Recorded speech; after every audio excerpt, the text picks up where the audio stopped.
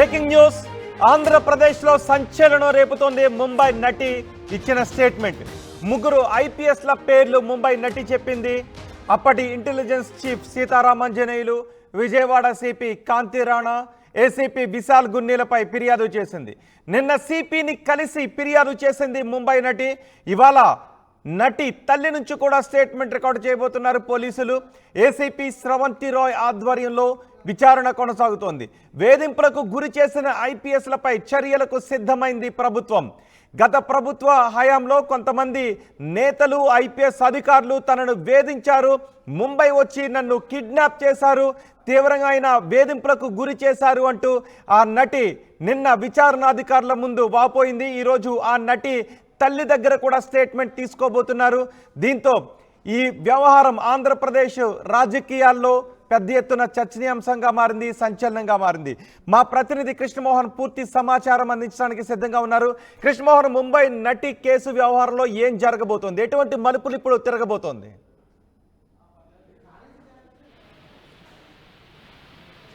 విజయవాడ కేంద్రంగా బొంబాయి నటి వ్యవహారం అయితే చాలా మార్పులు, కీలకమైన మలుపులు తిరిగిన పరిస్థితి అయితే చూడొచ్చు. రాత్రి 11 గంటల వరకు కూడా సిపి కార్యాలయంలోనే ఆమె తన స్టేట్మెంట్ను రికార్డు చేశారు. అయితే ఇప్పుడు ఉదయం మళ్ళీ రెండు నిమిషాల ముందే తన తల్లితో పాటు నటి ఇక్కడికి చేరుకున్న పరిస్థితి ఉంది, బొంబాయి నటి. సో వీళ్ళతో ఇక్కడ మరోసారి స్టేట్మెంట్ తీసుకునే పరిస్థితి ఉంటుంది. తల్లితో కూడా స్టేట్మెంట్ తీసుకోవాలనేది చాలా గట్టిగా మాట్లాడుతుంది. అయితే నిన్న రాత్రి 11 గంటలకి బొంబాయి నటి కాదంబరి జత్వాని నిన్న ప్రెస్ మీట్ కూడా పెట్టిన పరిస్థితి అయితే ఉంది. కొంతమంది ఐఏఎస్ అధికారుల పేర్లు తాను చెప్పానని కూడా చెప్పారు. అప్పుడు ఇంటెలిజెన్స్ చీఫ్గా ఉన్న ఎస్పీఆర్ ఆంజనేయులు, తర్వాత క్రాంతినాథ్ టాటా, సిపిగా ఉన్న క్రాంతినాథ్ టాటా, తర్వాత విశాల్ గున్ని, వీళ్ళ ముగ్గురి పేర్లను తాను చెప్పినట్టుగా మిగతా దాదాపుగా నన్ను కిడ్నాప్ చేయడానికి వచ్చిన వాళ్ళల్లో 10 నుంచి 15 మంది దాకా ఉన్నారు. ఈ 10 నుంచి 15 మందిలో కొంతమంది పేర్లు నేను గుర్తించలేకపోతున్నాను, వ్యక్తులను కూడా గుర్తించలేకపోతున్నాను. కారణం వాళ్ళందరూ తెలుగు భాష మాట్లాడుతున్న నేపథ్యంలో నాకు కొందరికి ఐడెంటిఫై కావట్లేదు అని చెప్పిన పరిస్థితి. ఈరోజు కూడా మరోవైపు ఫుల్ స్టేట్మెంట్ని ఆమెది రికార్డ్ చేయాలని భావిస్తున్నారు పోలీసులు. అందుకే సిపి కార్యాలయానికి చేరుకున్నారు. ఇద్దరు తల్లి కూతురు ఇద్దరు కూడా ఇక్కడ చేరుకున్న పరిస్థితి అయితే ఉంది. అయితే నిన్న కూడా చాలా పరిస్థితి, గతంలో ఏదైతే కుక్కల దుర్గాప్రసాద్ మీద ఏదైతే ఆరోపణలు చేశారో అదే ఆరోపణలని ఆమె సేమ్ ఐటమ్స్నే చెప్పారు. అయితే నిన్న అంటే గతంలో మీ మీద కూడా కొన్ని ఆరోపణలు ఉన్నాయి కదా అన్నప్పుడు, బాంబే కేసు తప్పితే మిగతా కేసులు ఏమన్నా ఉన్నాయో మీరు చెప్పాలి, నేను దానికి సమాధానం చెప్పడానికి సిద్ధంగా ఉన్నానని చెప్తూనే ఆ సమయంలోనే స్థానిక వాళ్ళ లీగల్ టీం అక్కడి నుంచి ఆమెను తీసుకుని వెళ్ళిపోయే ప్రయత్నం అయితే చేశారు. అయితే ఇప్పటి వరకు ఓవరాల్గా జరుగుతున్న ఇష్యూలో పూర్తిగా కూడా అసలుకి 2009లో ఈమెతో పరిచయం ఏర్పడినప్పటి నుంచి ఇప్పటి వరకు జరిగిన పూర్తి వ్యవహారాన్ని వాళ్ళు స్టేట్మెంట్ అయితే రికార్డ్ చేసుకుంటున్నారు. దాదాపుగా స్టేట్మెంట్ కూడా 3 గంటల పాటు నిన్న రికార్డ్ చేశారు. 3 గంటల పాటు స్టేట్మెంట్ రికార్డ్ చేసిన తర్వాత కూడా మరోసారి సిపి కార్యాలయానికి రమ్మని చెప్పారు. ఈరోజు మళ్ళీ సిపి కార్యాలయంలో నటిది, తన తల్లిది కూడా, ఇద్దరిది కూడా స్టేట్మెంట్ రికార్డ్ చేసే పరిస్థితి కనపడుతుంది రోహిత్. అయితే ఉదయం నుంచి విజయవాడలో పెద్ద ఎత్తున వర్షం కురుస్తున్న నేపథ్యంలో, సో భారీ వర్షాలు ఒకవైపు ఉన్న నేపథ్యంలో కూడా ఆమె ఇక్కడికి చేరుకున్న పరిస్థితి అయితే ఉంది. విత్ పోలీస్ ఎస్కార్ట్, పోలీసులు పెద్ద ఎత్తున ఆమెకి సెక్యూరిటీ కల్పిస్తున్న పరిస్థితి మనం చూసాం. సో మరోవైపు ఇప్పుడు జరుగుతున్న వ్యవహారంలో నిన్న దుర్గాప్రసాద్ కూడా కొన్ని స్టేట్మెంట్లు ఇచ్చారు. కొన్ని కంపెనీలకు సంబంధించి వ్యవహారంలో వీళ్ళు వ్యవహరించిన తీరు, అంటే ఈ అమ్మాయి చాలా వరకు కంపెనీలను, బడా బాబులను మోసం చేస్తుందనేది దుర్గాప్రసాద్ మాట్లాడుతున్న పరిస్థితి. కానీ ఈ వ్యవహారం మీద కూడా పూర్తిగా ఆమె స్పందించలేదు. అయితే ఈరోజు కూడా మరోసారి నటి ప్రెస్ మీట్ పెట్టే పరిస్థితి ఉంటుందని చెప్తున్నారు. అయితే ఇప్పటి వరకు ఈ వ్యవహారంలో పూర్తిగా దుర్గాప్రసాద్ కొన్ని సమాచారం అయితే బయటికి సమాచారం అందిస్తున్నారు. కానీ పూర్తిగా ఆయన ఎక్కడ కూడా మీడియా ముందు మాట్లాడలేదు. కేవలం ఓ ఛానల్లో ఆయన మాట్లాడే ప్రయత్నం అయితే చేశారు.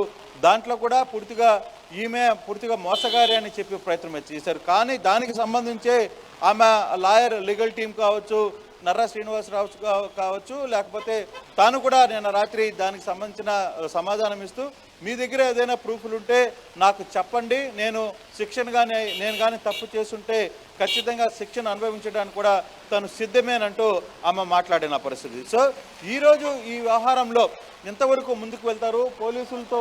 ఇప్పుడు జరుగుతున్న ఈ వ్యవహారంలో ఎన్ని రోజుల పాటు ఎంత గంట అంటే ఇప్పుడు ముంబై నటిని విచారిస్తున్నారు. ముంబై నటి ఎవరి పేర్లు అయితే చెప్పిందో ఆ ఐపీఎస్ అధికారులను పిలిచి విచారించే అవకాశం ఉందా? వాళ్ళపైన ఏదైనా కేసులు నమోదు చేసే అవకాశం ఉందా? ఎస్, ఇప్పుడు ప్రధానమైన అంశం ఏంటంటే ఇప్పుడు ఓన్లీ స్టేట్మెంట్ రికార్డ్ వరకే అవుతుంది. ఇంకా ఇన్వెస్టిగేషన్ పూర్తి స్థాయిలో జరగలేదు. ఓన్లీ ఈ అమ్మాయి చెప్తున్న స్టేట్మెంట్ని రికార్డ్ చేసుకునే వరకే నిన్న ఈరోజు జరిగింది రోహిత్. సో ఇప్పుడు వన్స్ స్టేట్మెంట్ పూర్తిగా రికార్డ్ అయిన తర్వాత పోలీసులు తన ఇన్వెస్టిగేషన్ అయితే పిలుస్తారు. అయితే ఇప్పుడు ఐఏఎస్ ప్రధానంగా ఆమె చెప్తున్న ముగ్గురు ఐఏఎస్ అధికారులు, ఒకరు ఇంటెలిజెన్స్ చీఫ్గా పనిచేసిన సీతారామరాంజనేయులు, రెండు సిపిగా పనిచేసిన టాటా, సో తర్వాత విశాల్ గున్ని, వీళ్ళ ముగ్గురికి నోటీసులు ఇస్తారా, పిలుస్తారా, వాళ్ళ మీద కేసు కడతారా, లేదు డిపార్ట్మెంట్ ఎంక్వైరీకి వేస్తారా అనే అంశం చూడాలి. ఇప్పుడు వరకు దీనికి సంబంధించి రాయ్ ఎవరైతే ఉన్నారో ఆమె ఈ కేసుని ఇన్వెస్టిగేషన్ చేస్తున్నారు. నిన్న కూడా సిపి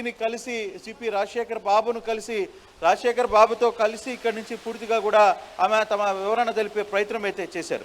కానీ ఇప్పుడు ఈరోజు కూడా పూర్తిగా తన తల్లి స్టేట్మెంట్ కూడా రికార్డ్ అయిన తర్వాత ఫర్దర్గా ఆ మూమెంట్ ఏ విధంగా ఉంటుంది, పోలీసులు తగిన చర్యలు అంటే కేసులు ఐఏఎస్ అధికారుల మీద కూడా పెట్టే ప్రయత్నం చేస్తారా, కేవలం కింద స్థాయి వరకే పరిమితం అవుతారా? ఆమె మరో మాట కూడా చెప్తుంది. 10 నుంచి 15 మంది దాకా ముందుగా బొంబాయికి వచ్చారు, పూర్తిగా రిక్కీ చేసుకున్నారు. అక్కడ బొంబాయి పోలీసులతో కూడా మాట్లాడుకున్న తర్వాతనే మాకు ఈ వ్యవహారాన్ని మమ్మల్ని కిడ్నాప్ చేశారు అనే ఒక ఆరోపణ చేస్తుంది. సో మరోవైపు ఇంత జరిగినప్పుడు బొంబాయిలో మీరు ఎందుకు పోలీసులను ఆశ్రయించలేదు అనే ప్రశ్నకి తన వద్ద నుంచి సమాధానం అయితే రాలేదు. ఈరోజు పూర్తి స్థాయిలో ఆమె వివరణ ఇచ్చే ప్రయత్నం చేస్తారని చెప్పి చెప్తున్నారు. కానీ ఏదేమైనా జరుగుతున్న వ్యవహారంలో మాత్రం ముగ్గురు ఐఏఎస్ అధికారుల మీద ఎఫ్ఐఆర్ కడతారా, లేదు వాళ్ళని ముందు విచారణకి పిలిపిస్తారా, క్యాట్ దానికి ఏ విధంగా క్యాట్ పర్మిషన్ తీసుకోవాలా? ఎందుకంటే ఐఏఎస్ అధికారులు ఏదైనా చర్యలు తీసుకోవాలనుకున్నప్పుడు దానికి వాళ్ళకి కూడా క్యాట్కి వెళ్ళే ఒక వెసులుబాటు ఉంటుంది. కాబట్టి ఆ ముగ్గురు అధికారులు ఏ విధంగా ముందుకు ప్రయత్నిస్తారు, లేదు ఇప్పుడు సిపి ఆదేశాల మేరకు ఇక్కడ రాజశేఖర్ బాబు ఆదేశాల మేరకు వీళ్ళ ముగ్గురి మీద ఎఫ్ఐఆర్ నమోదు చేసే అవకాశం ఉంటుందా?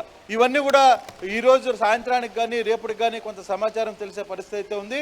మొత్తం మీద స్టేట్మెంట్ రికార్డ్ అయితే జరుగుతోంది. స్టేట్మెంట్ రికార్డ్ తర్వాత ఫర్దర్గా ఆమె యాక్షన్స్ అంటే పోలీసులు ఏ విధంగా యాక్షన్ చేయబోతున్నారు అనేది చూడాలి. అయితే ఇప్పటికే ముఖ్యమంత్రి చంద్రబాబు నిన్న ఈ వ్యవహారం మీద మాత్రం ఎంత పెద్దవారు ఉన్నా కూడా దాంట్లో వదిలిపెట్టే ప్రసక్తే లేదు అని చెప్పి వ్యాఖ్యానించారు. కాబట్టి డెఫినెట్గా వ్యవహారంలో కొంత ఈ ముగ్గురు ఐఏఎస్ అధికారులకి ఇబ్బందులు తప్పవనేది తెలుస్తోంది. రోహిత్, రాయ్ కృష్ణమోహన్, ఆంధ్రప్రదేశ్లో ముంబై నటి స్టేట్మెంట్ సంచలనం సృష్టిస్తోంది. ముగ్గురు ఐపీఎస్ అధికారుల పేర్లు ముంబై నటి చెప్పింది.